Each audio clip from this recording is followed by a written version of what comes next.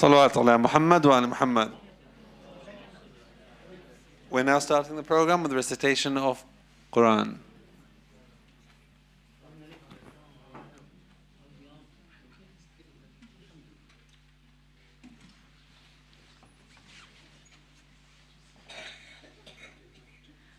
أعوذ بالله من الشيطان الرجيم. بسم الله الرحمن الرحيم. الله لا إله إلا هو الحي القيوم لا تأخذه سنة ولا نوم له ما في السماوات وما في الأرض من ذا الذي يشفع عنده إلا بإذنه يعلم ما بين أيديهم وما خلفهم ولا يحيطون بشيء من علمه إلا بما شاء وسع كرسيه السماوات والأرض ولا يؤوده حفظهما وهو العلي العظيم. لا إكراه في الدين قد تبين الرشد من الغي فمن يكفر بالطاغوت ويؤمن بالله فقد استمسك بالعروة الوثقى لا انفصام لها والله سميع عليم.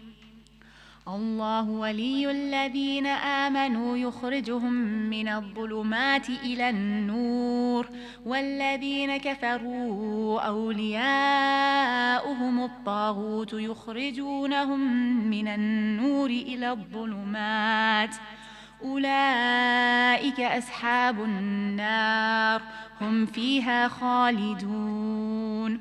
ألم تر إلى الذين حاج إبراهيم في ربه أن آتاه الله الملك إذ قال إبراهيم ربي الذي يحيي ويميت قال أنا أحيي وأميت قال إبراهيم فإن الله يأتي بالشمس من المشرق فأت بها من المغرب فبهت الذي كفر والله لا يهدي القوم الظالمين. صدق الله العلي العظيم. Wow.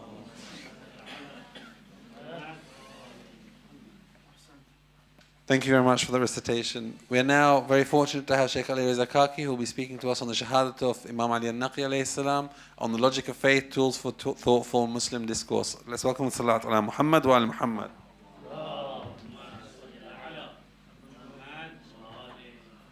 Shaykh Ali Raza has been studying Islamic Studies and is involved in intra-faith work and community cohesion. He graduated from Mahdi Institute and completed his postgrad studies in Islamic Studies and currently teaches the Islamic Studies module at the Institute. Salat ala Muhammad wa ala Muhammad.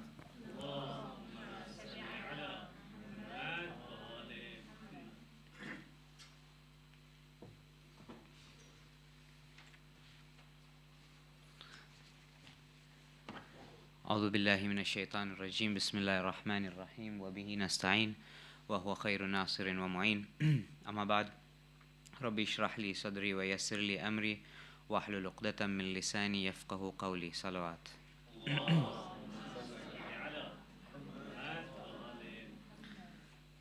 So the topic I've chosen today is the logic of faith.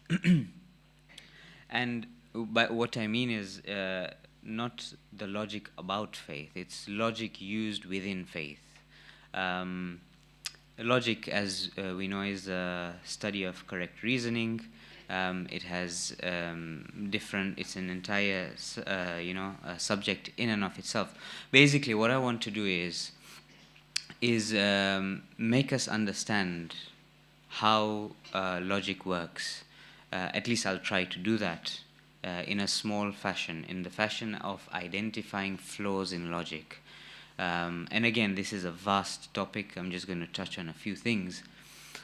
Flaws in logic known as logical fallacies. And hopefully, by the end of this lecture, we will be able to recognize or be aware of some types of logical fallacies. We have some tools at our disposal.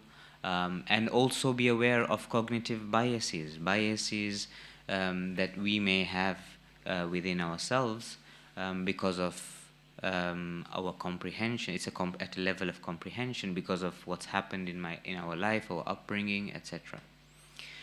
So why have I chosen this topic on the shahadat of Imam Ali al-Naqi al-Hadi? Now, we find in the life of the Imams, this is Samara, and we know he's buried there. We find in the lives of the Ahlul Bayt that they are engaging in dialogue, in discussions, in debates, and they're employing tools, and they're aware of how the opponent in this dialogue or in this debate is employing tools also.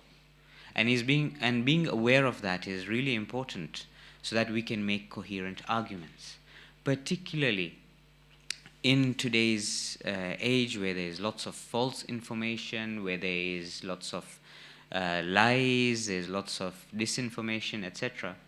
We see on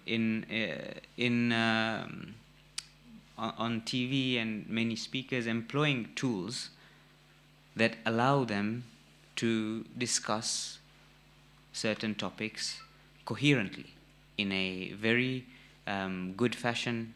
And also at the same time, you can see certain speakers employing it negatively. But sometimes I can't pinpoint, there's something wrong with the argument, but I can't pinpoint where it is. So we know, for example, Mahdi Hassan in his discussions, very well researched, articulate, coherent structure. We have many others that employ fact-based reasoning and are able to pick up the flaws in the other's arguments. And we also have our homegrown Salawat ala Muhammad.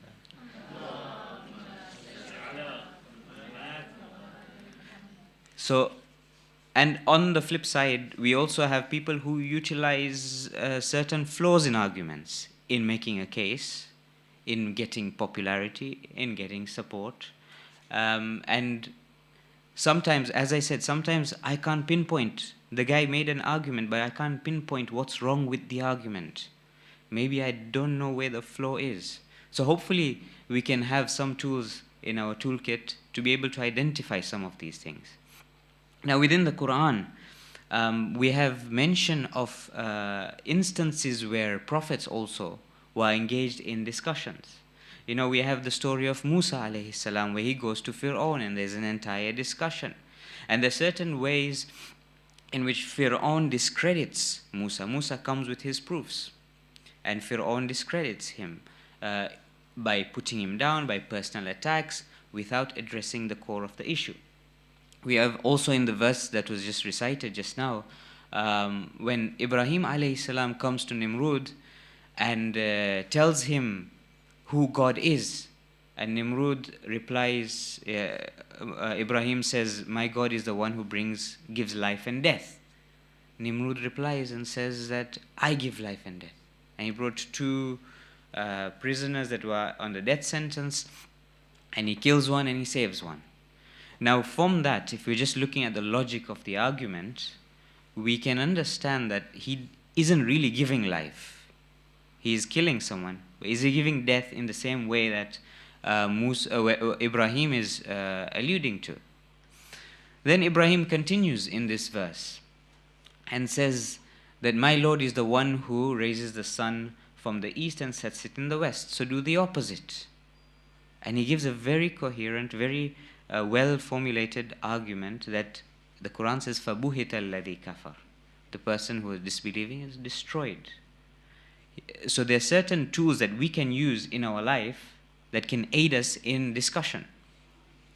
Now, the science of logic is vast, and one of the building blocks of it is what's known as a syllogism. Now, syllogism is a composition in logic of a major premise, a minor premise, and I won't go too much on this. It's if you want to learn more about it, you can sign up to our logic course at Al Mahdi. We have a New Year's offer, 75% off.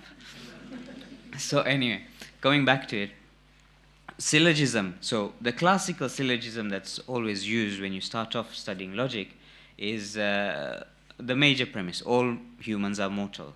Minor, Socrates is a human. Conclusion, Socrates is mortal. So we've concluded from this syllogism. We have a major premise, which is a universal sort of. Minor is specific, rather general, not a universal. Sometimes what happens, can you see there's the major, minor, and there's a conclusion. And in between that, there's human and human. There's a common middle term. Sometimes there is a wrong equation of that middle term, or sometimes there's an error in the minor term. So for example, if I was to say all humans are mortal, Socrates is a dog, Socrates is mortal, you can see clearly as it's written out is a flaw in this syllogism, right? And there are many other things that we can, this is very basically looking at it.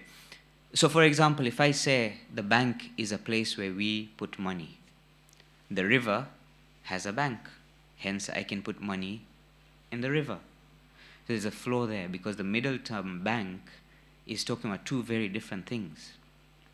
So to be aware of this, these building blocks allows us to then dissect arguments, dissect discussions, and break it down. Now I'd like to ask, we have the mic floating. So think about something that's been done in the center for years, and it doesn't have to necessarily be at the center. It can be at home, it can be at work. Maybe it's how events are organized, the format of events, or even simple things like seating arrangements. When you've suggested a change, were you told, but we've always done it that way?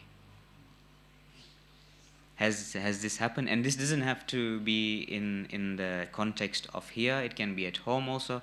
The argument being used, this has always been the way it's done. Anyone wants to share their experience?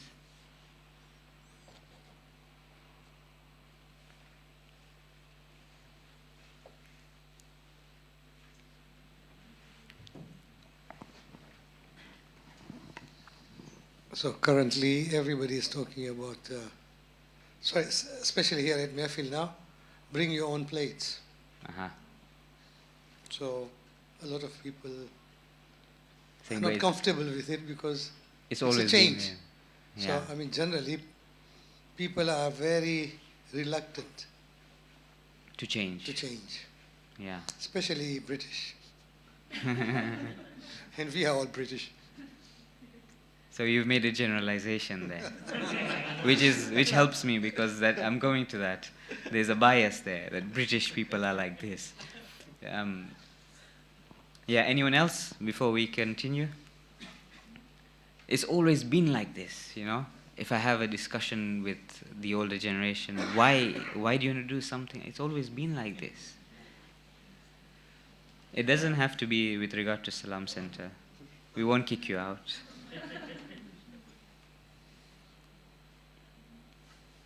Okay, so here what's happening is there's an appeal to tradition. Yeah. So even though it's always been like this, doesn't necessarily mean logically. Now we're looking purely from an argument perspective. Doesn't necessarily mean that it's right. Neither does it mean that it's wrong, right? On the basis, if you want to say why we're doing, we need to ask further questions. Ask why. So, for example, there was this anecdote that there was a cage where they kept a few monkeys, and on the top of the cage there was some bananas. So they would every time a monkey would go up to get a banana, it would be all the monkeys would be electrocuted. So whenever a monkey went, the other monkey started shouting, screaming, pulling that monkey down. So what they did then is they started replacing the monkey. So they took one monkey out, they put a new monkey in. When the new monkey went up to get the banana, all the other monkeys started screaming, shouting, and pulled the monkey down. Now it so happened that all of the monkeys were replaced. They have never experienced the electrocution, but whenever a monkey goes up, they all start shouting and pull it down. So that's a tradition. It's rooted in something. So it doesn't mean that all traditions are bad. But when it comes to a logical construct of an argument, we need to know the why behind it. We can't resort to merely saying, because it's always been like that. In fact, the Quran alludes to this in 2:170. وَإِذَا قِيلَ لَهُمْ اتَّبِعُوا مَا أَنزَلَ اللَّهُ قَالُوا بَلْ نَتَّبِعُ مَا أَلْفَيْنَا عَلَيْهِ آبَاءَنَا. When it is said to them, follow what Allah has been revealed, they say, rather we will follow that which we found our fathers doing. Even though, the Quran continues, even though their fathers understood nothing, nor were they guided. لَا يَعْقِلُونَ. So ultimately, tradition must be based on some rational foundation, right?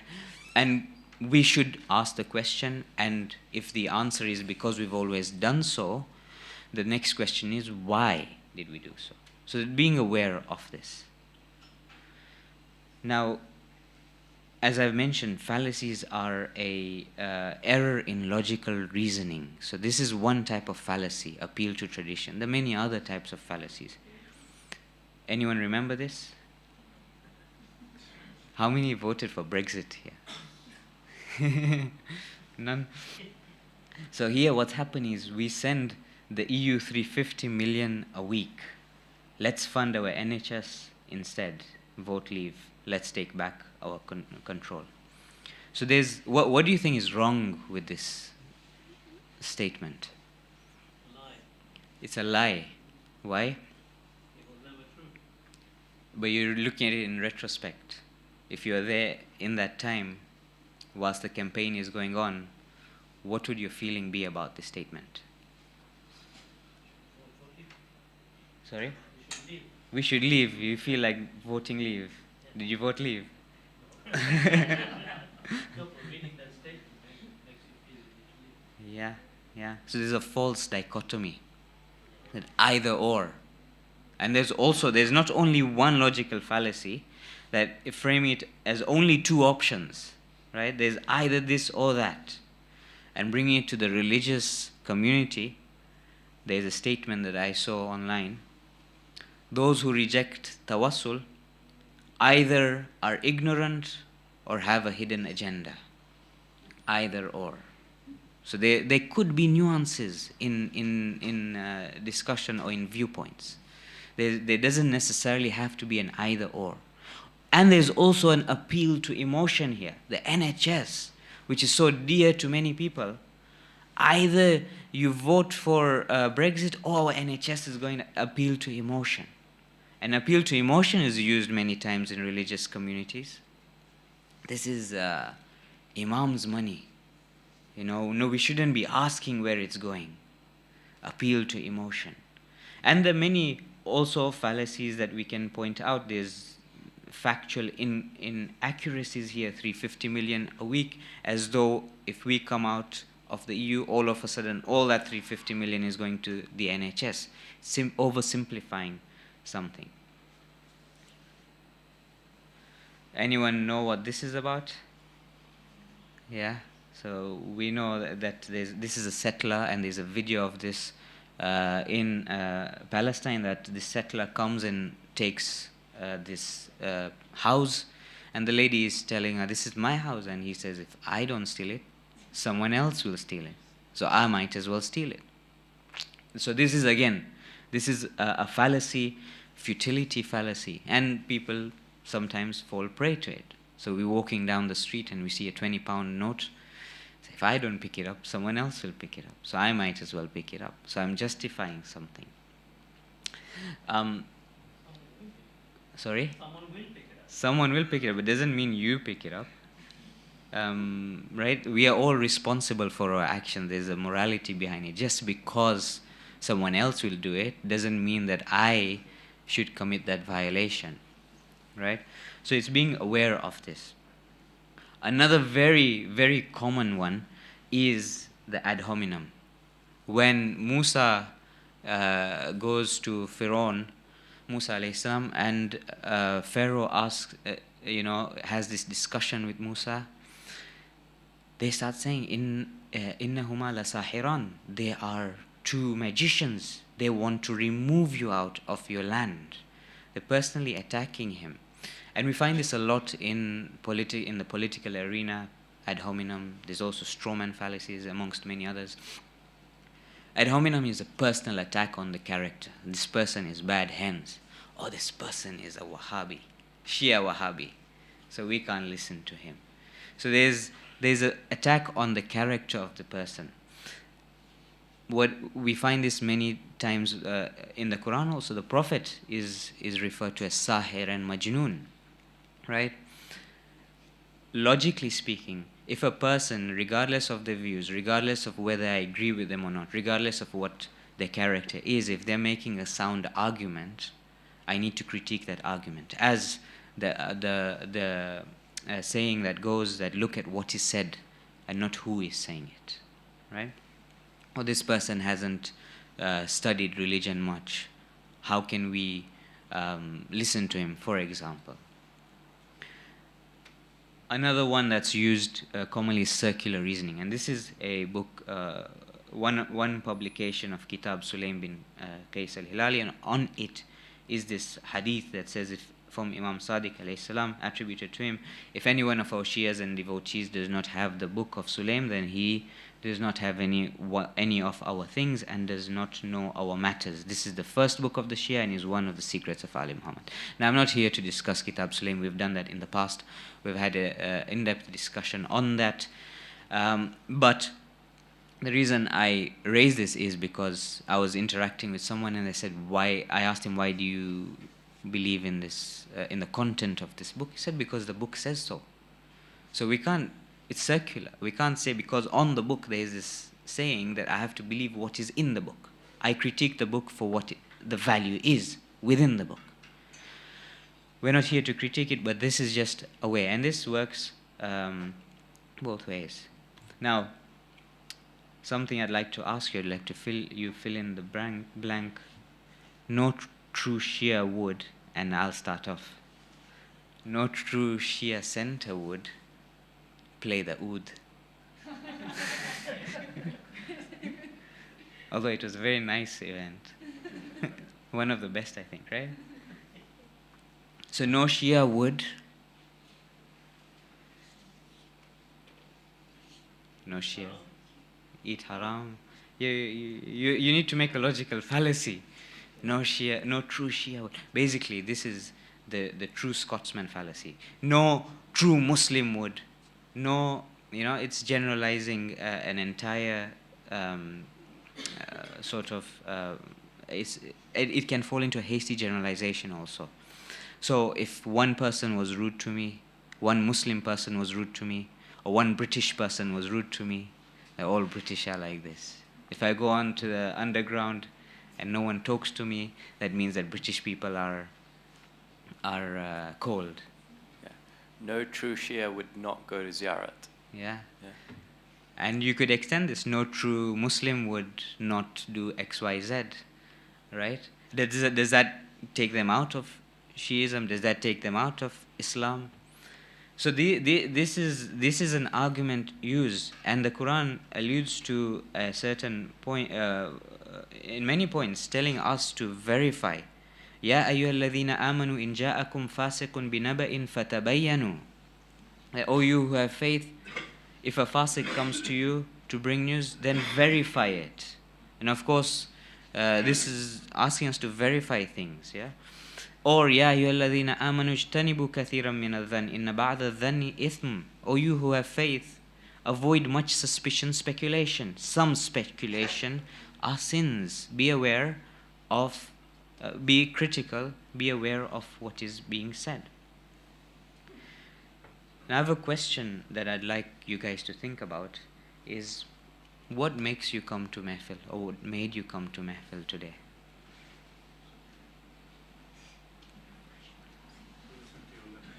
To listen to my lecture. Thank you. I was hoping that would be that.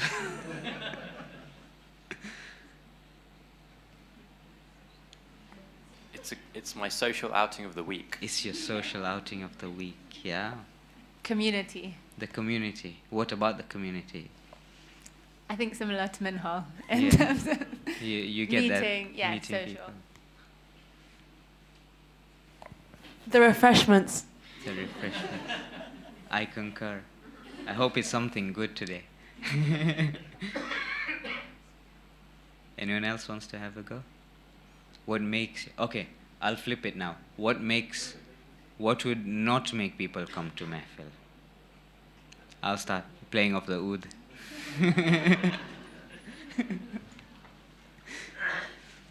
So what would not make people come to Mahfil? What do you think would stop people from coming to Mahfil? Cold. The heating's not working. Uh-huh.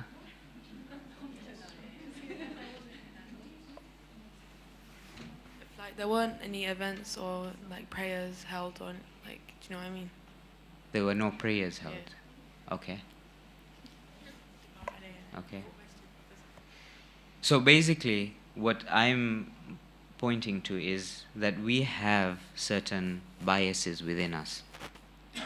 I come to Mahfil because it's nearby. It's convenient for me. I come to Mahfil because my friends come to Mahfil. Does this mean it's a bad reason to come to Mahfil? No. But it's just being aware of why you do what you do and why people do what they do. It's very important to be aware of why people do what, or why I do what I do. And being aware of that, you're able to now put yourself in someone else's shoes and empathize with them and see that they do it for that reason. I may disagree with that, but now we're coming to biases. So we looked at logical fallacies, flaws in logic, right? But now there's incomprehension, which is rooted perhaps in my subconscious, rooted in my upbringing. I do things, and I do that for a certain reason, for a certain bias. And sometimes what happens is when I can't think in someone else's, I can't put myself in someone else's shoes, I don't appreciate. That person may believe that the earth is flat. And I know that that is logically incorrect, but him having that view and me having my view and us not interacting shows there may be a bias there. And me looking down at that person shows there's a bias in me. So I need to be aware of that. And sometimes when I am within my circle and I don't look beyond that, I come into an echo chamber.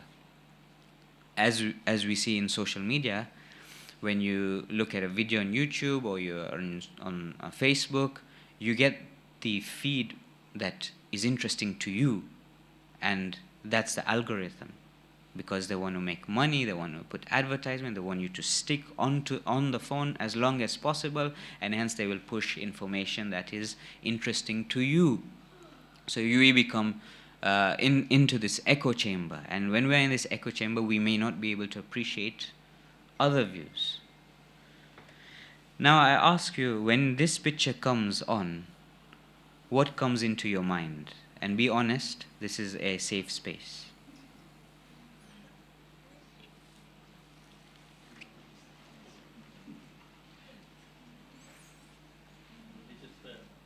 A religious person.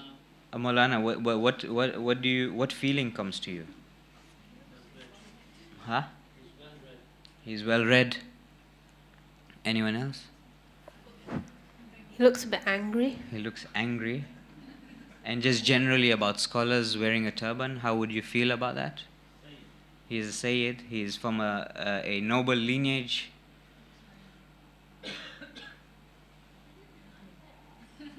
So based on my understanding, I have a certain view of a person wearing a turban. It may be positive, it may be negative. And that's based on my biases. I may view, for example, that Sayyids are esteemed and honorable individuals, and I have a bias there. And if I see a Sayyid doing wrong, I'll say, maybe it's an exception. So I have a confirmation bias. So I have a bias with this view. It could go either way. So if somebody has a negative view of someone wearing a scholar, they will have their bias. So being aware of the bias is very important.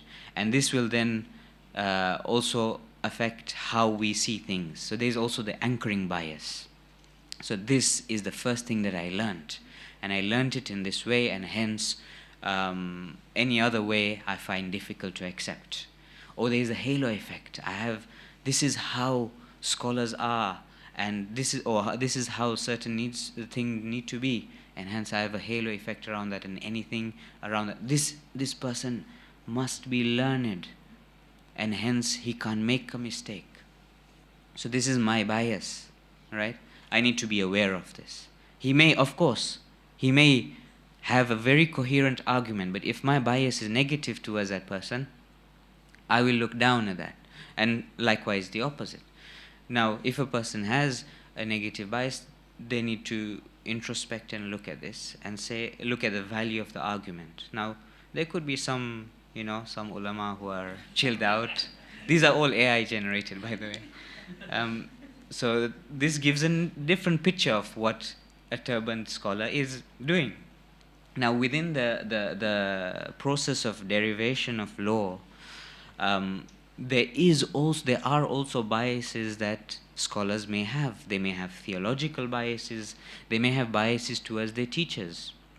They may critique their teachers differently to the way they would critique other texts.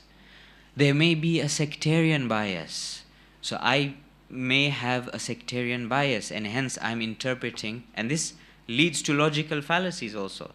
So for example, a certain narrator can't be relied upon because he belongs to a certain sect, and this is done within the Shia and the Sunnah. If Sunnah want to put down a narrator, they say he's a Rafida, and vice versa. So all these biases are affecting. The sources are the same. The outcome, the methodology, the other elements come out is different. Now, the usulis, I've mentioned this before, usulis in their deduction of law have this notion of takhti'ah. Takhti'ah is basically they accept that they can make a mistake. So there is the mind of God, and the mujtahid is trying to aim for the mind of God, what God really wants. He may hit the target, he may miss the target. If he misses the target, he'll get a reward for the effort.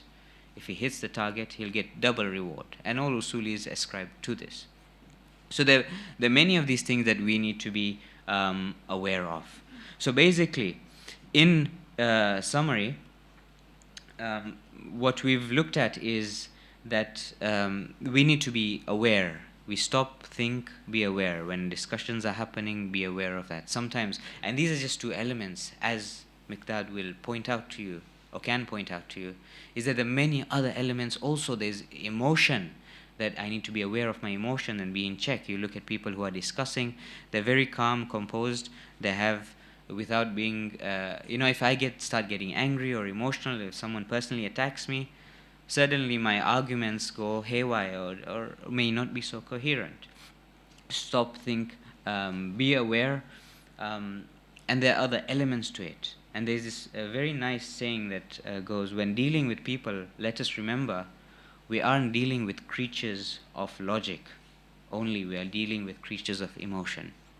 So when discussing, now whilst logic has its place and is very important, and to be aware of logic, and it's also very important to be aware of biases that are there, we also are dealing with people who have biases from their upbringing, and we have people who have lots of emotion, and hence we can't merely subscribe to a logical way of arguing. There needs to be other elements to it. Now, last slide that I want to talk about is on Imam Hadi's death. Now, some reports mention that he was poisoned by the Caliph al-Mu'taz. Other reports, and there's this other view by Shaykh Mufid, there's a hadith attributed to the Imams that mention that we are all killed or poisoned. Ma minna illa maqtulun aw masmum. If I was not to believe that the Imam died, or I believe that if I believe that the Imam died a natural death, will that change the way I look at the Imam? What's my bias there? Can I still learn from the life of the Imam? So Shaykh Mufid has this interesting discussion in Tasihih al-I'tiqadat, where he mentions this narration, and he says, according to him, that there are only 4 people that it's certain that they were actually killed. Imam Ali, Imam Hassan, Imam Hussein. And there's only one Imam that we're sure, according to Sheikh Mufid, that died out of poison, Imam Kadhim. And with regard to Imam Rida, there is some evidence, but even though there's doubt that he was poisoned. As for the others, there is no evidence. But coming back to this whole notion of logic and of biases and of the Imams, we see that the Ahlul Bayt, regardless of how they died, we know how they lived. And we see that they used to engage in these discussions, these debates, and yet, even with people they disagreed with, their doors were open to them. They never put them down. They were very respectful, and they had this very open heart mindset. So we need to adopt that, not take things personally when people may attack us, and adopt the character of the Ahlul Bayt. I'll end that with a salawat ala Muhammad wa ala Muhammad.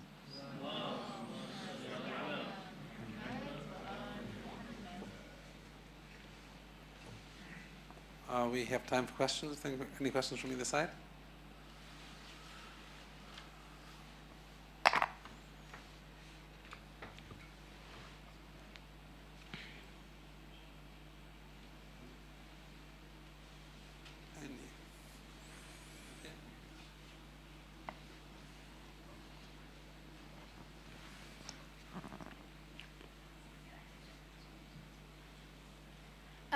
I just have a question regarding your logical arguments. I thought it was quite an interesting point that you made. I study religious studies, and the atheists make a lot of good arguments. For example, they say if God is omnibenevolent, they use the inconsistent triad of J.R. Naqi. So if God is omnibenevolent, if God is omnipotent, then how can evil exist? And they say it's an incoherent argument. So how can you challenge that view, because it's quite a good argument, and I was thinking about it quite a lot. Yeah, so a good starting point in the problem of evil is Mullah Sadra has a very interesting discussion on that. That might be a good resource to look into. He makes some good arguments there. So yeah.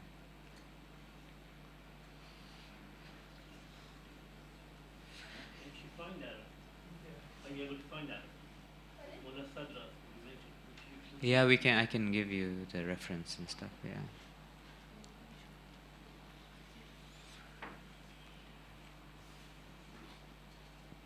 I was interested in this photo that you had. The what? The photo? The Maulana sitting on a jula.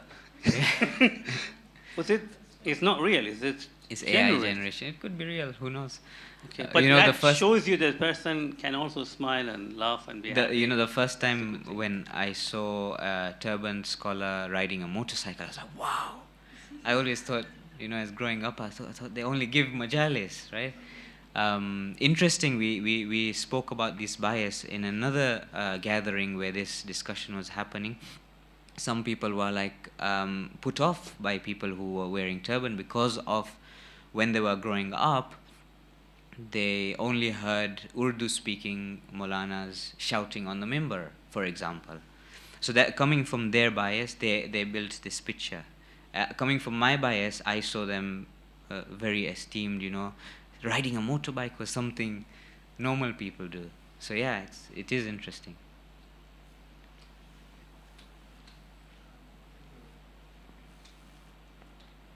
Thank you, Sheikh. I think one of the biggest biases is the,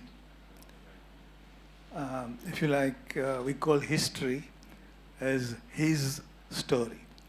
So it leaves women out. So that reading of history needs to be completely reread, if you like. Is there something like that bias you're looking at? You're talking about patriarchy. Yeah, but we've lived in patriarchy for so many years, so there's definitely that bias, and that reeks into society in the way we look at things. It's only until very recently that we are actually reassessing many of these biases that history and society have had. So another similar one is color or race. Yes. We had actually a sheikh who is a friend of mine. He came once, he said, I'm going to leave Islam. He was from Africa. I said, Sheikh, what's it? He said, when I read, I find in the books that the son of Adam who was not good was black. The son of Noah was black. Son of everybody who was bad was black. So why should I be, as a black person, be interested in this religion? Yeah. So there is a reading there which is sociologically determined, not factually determined. Yes. Which we need to be aware of. Which results in logical fallacies, right? Exactly. Yeah. And the last thing is this story of Layla and Majnun. Not many people know what was the problem with Layla. She was black. So they were telling Majnun, why do you love this woman? She is black. We'll give you a beautiful white princess. He said, no, but I love her. That's why they called him Majnun. So these biases are very there, but they are very overpowering and color the discourse significantly. And just the last thing, Amina in-laws, in her work, she shows that the 12 Imam is most likely going to be black. I don't know what will happen to the Iranians when that comes through. Yeah, no, thank you for that.